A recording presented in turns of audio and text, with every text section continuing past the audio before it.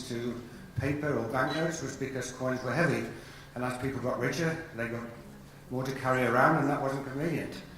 And but the point is, banknotes have been around since 1630 or so, and here we are, 2019, and we're just about to have two presentations on what might be the future of cash, digital currency. So our first speaker is Mitch Cohen. It's changed to your program, but still from the same company, eCurrency Mint. And the title is Central Bank Digital Currency. And then the next one is the future of cash. That's a statement. It may be a question too. The future of cash? Thank you.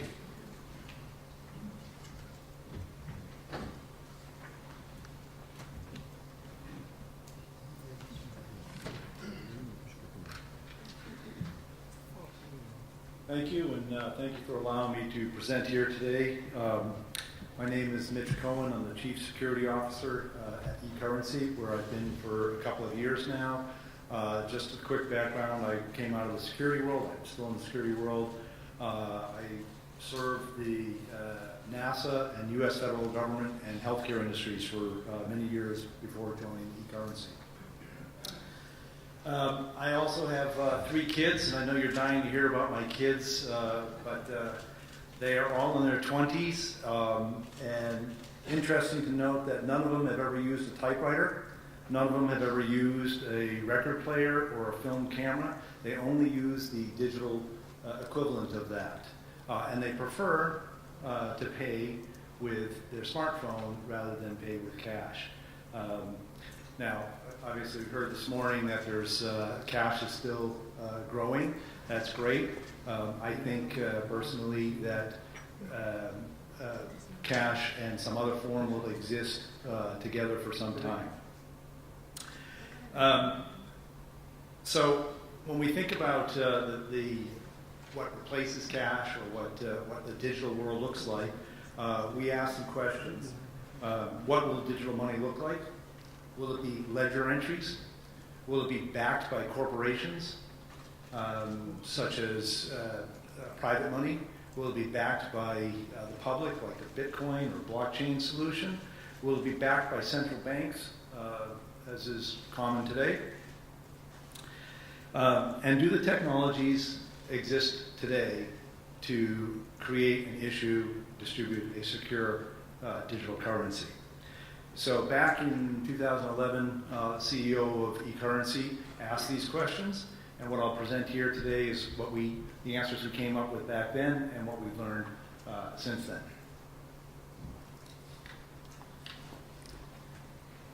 So let's talk about cash. Cash is legal tender. Its value is derived from the legal doctrines that generally state that the central bank has the sole authority to issue currency, and that currency it must be universally accepted within the nation or monetary union for which it serves. Its value is declared by the central bank, and thus the term fiat currency. It is a bearer instrument, meaning that if I hold a 50 euro note, I hold 50 euros of value. It settles instantly, meaning that if I give it to David, then David instantly has 50 euros of value. There's no back-end settlement that has to take place with cash, as would take place in a check payment or a wire transfer or even e-money operation. It is the simplest and most inclusive financial instrument. It also has some downsides. It is expensive. By our studies, we've seen as much as 2% of GDP when you factor in all the costs associated with it, or as much as 4% of transactions. It is counterfeitable, however, not easily, of course, but it is counterfeitable. And it's restricted by time and space, meaning that in order for me to give that 50 euro note to David, we have to be in the same space at the same time. So we asked, can we create a digital equivalent of currency, of paper money, that actually addresses some of these issues as well?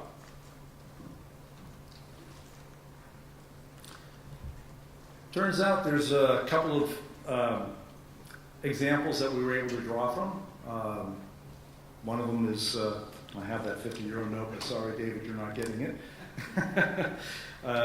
This is arguably the most secure piece of paper on the planet today. It is based on a secure substrate. It has multiple layers of security features built into it, and new security features can be added over time. It's uniquely identifiable, it's verifiable, it's universally accepted, it's backed by the central, issued and backed by the central bank. So we think a digital currency should do the same. It should be the most secure digital object on the planet. It should be therefore backed by the most secure hardware, and the most secure software, and the most secure processes. It should also have multiple layers of security built into it, such as different digital signatures. It should allow for newer and more secure features to be added over time. It should also be uniquely identifiable, verifiable, universally accepted, and issued and backed by the central bank. Another example that we were able to draw from is something called the CAC card, which is the Common Access Card. It's a smart card used by the United States Department of Defense, and it is the card that is used to identify and authenticate all users into federal DoD facilities or computer systems. And it's built on a lot of cryptography, and it is the most secure second factor authentication available. And so we were able to leverage that. We actually brought in some engineers that worked on the CAP project to work on the eCurrency project.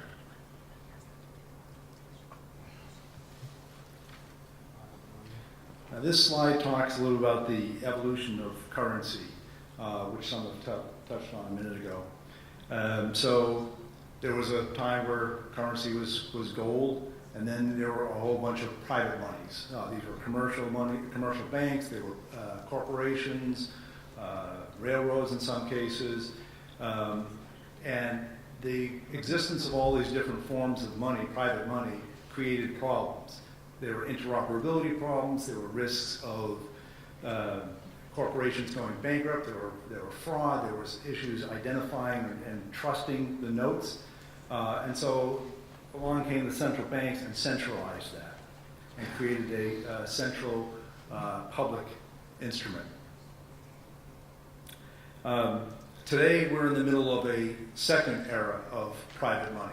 In this case it's private e-money. There's a whole bunch of e-money operators around. And for the same reasons, we anticipate the unification of that into another public instrument called CBDC, or central bank digital currency. So after our initial ideas, we actually went on a road trip and we visited about a little over 30 central banks around the world to gather their requirements before we started building. Their requirements largely aligned with one another. Some of the highlights I'll share with you is they felt that the central banks must remain the sole issuer and maintain control of the distribution, although that distribution can and should be able to be distributed through the private sector. The instrument must be interoperable. It must provide instant and final settlement, just like paper money today. It must perform and scale to the nation that that central bank serves. It must be secure, that goes without saying. It must be future-proof, so not only will it work with today's use cases that we can think of, but the future use cases that we haven't thought of. And cost, boy, it would be great if we could significantly save over the cost of currency, of cash. And we believe that a CBDC can save 90% or more over the cost of cash.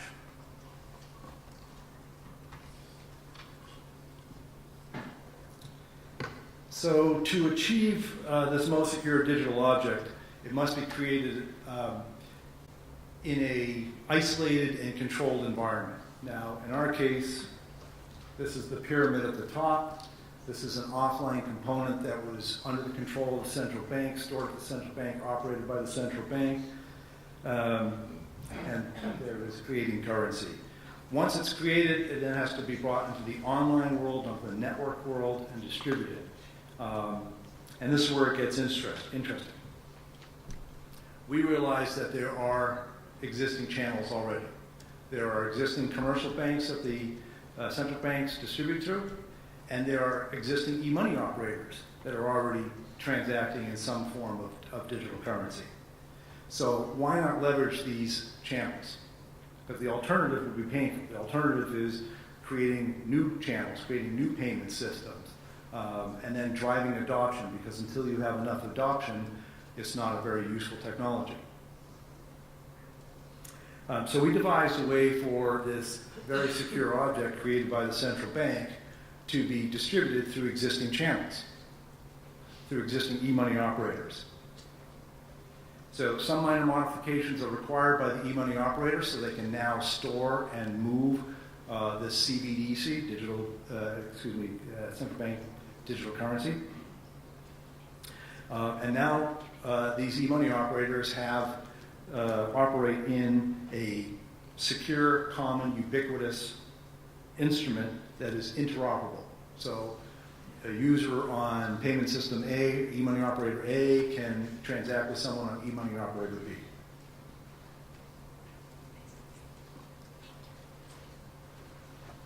Okay. It's a bearer instrument still.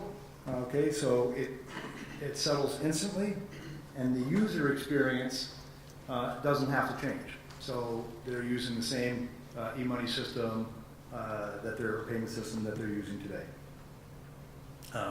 Pictured here on the slide is some of our technology. I mentioned the pyramid, which is our offline component.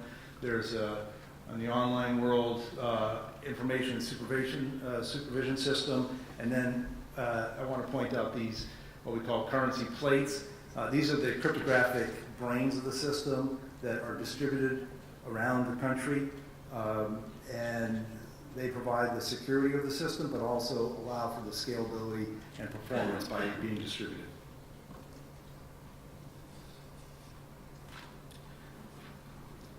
So an interesting thing happens when you move to the digital world. Everything is traceable. Unlike with paper money, now the central banks can see in real time, have visibility in real time into currency big data. They can see the velocity of money. They can total up all the CBDC that's in circulation, and of course make sure that it matches what was actually issued. And paired with artificial intelligence, they can really improve their anti-money laundering and counterance for funding of terrorism efforts. They can even go down to the individual transactions and look at those. Now, there's a trade-off between privacy and visibility. So we also believe that a system of this nature should be definable or allow the countries, nations, central banks to actually set where that balance is between visibility and privacy. So there are three components to a CBDC solution. There is the secure issuance, which we've done in an offline manner. There's secure distribution, which we think should be through existing channels, and then secure observance or governance of that currency.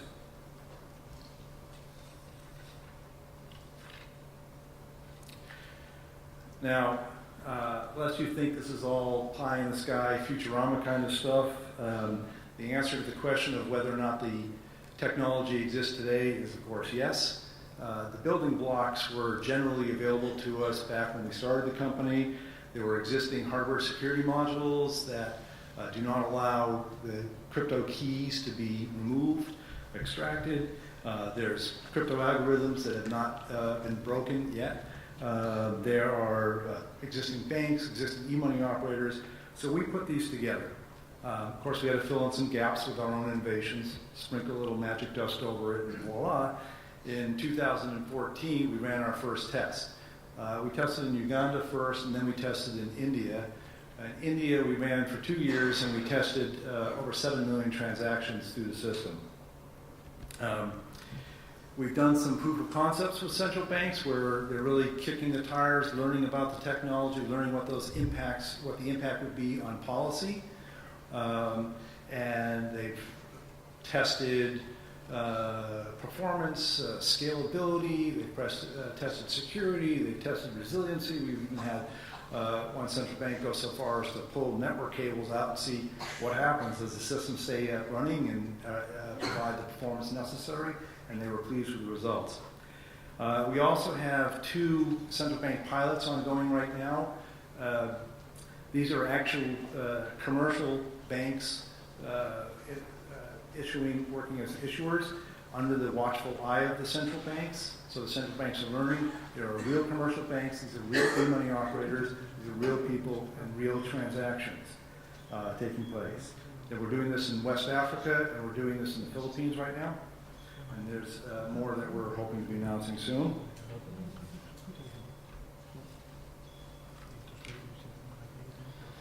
We also realize that this technology, the acceptance of this technology will require the acceptance of the standards bodies. So to this end, we're working on multiple standards organizations, with multiple standards organizations. We're actually chairing the focus group on digital currency at the ITU, International Telecommunications Union. This is a phenomenal group of people, of technology providers, of academics, and over 20 central banks. There are 3 primary working groups. There's a regulatory working group, technology working group, and a security working group. And we've donated our API to that standard body for consideration. We also participate in ISO standards on digital security, digital currency security, on the ANSI X9, which is a U.S. standards body, on payment data and information security. There's a bunch of them that are listed up there. Let me draw your attention to the last one, which is Global Platform. Global Platform is a nonprofit organization that creates specifications for secure chip technology, as will be found in a secure card, a smart card, payment card, or smartphones as well. And we recognize that if CBDC is eventually going to flow down to your cell phones or your smart card and be able to be transacted offline, the security has to be there on those phones, and it has to know how to work with our technology. So we've been working with Global Platform on that as well. Not mentioned on this list, we continue to engage with central banks. Our number of central banks has grown way beyond the 30 that we're communicating with, to make sure that we're always aware of their evolving requirements and make sure that our technology continues to support those.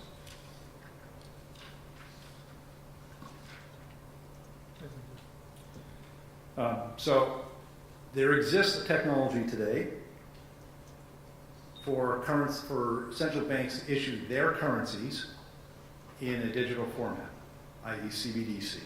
Okay, it is whatever currency, whatever technology that central banks choose to use, CBDC should be issued and backed by the central bank, and it should be an extension of cash, meaning it's actually part of M0. It's not a different currency.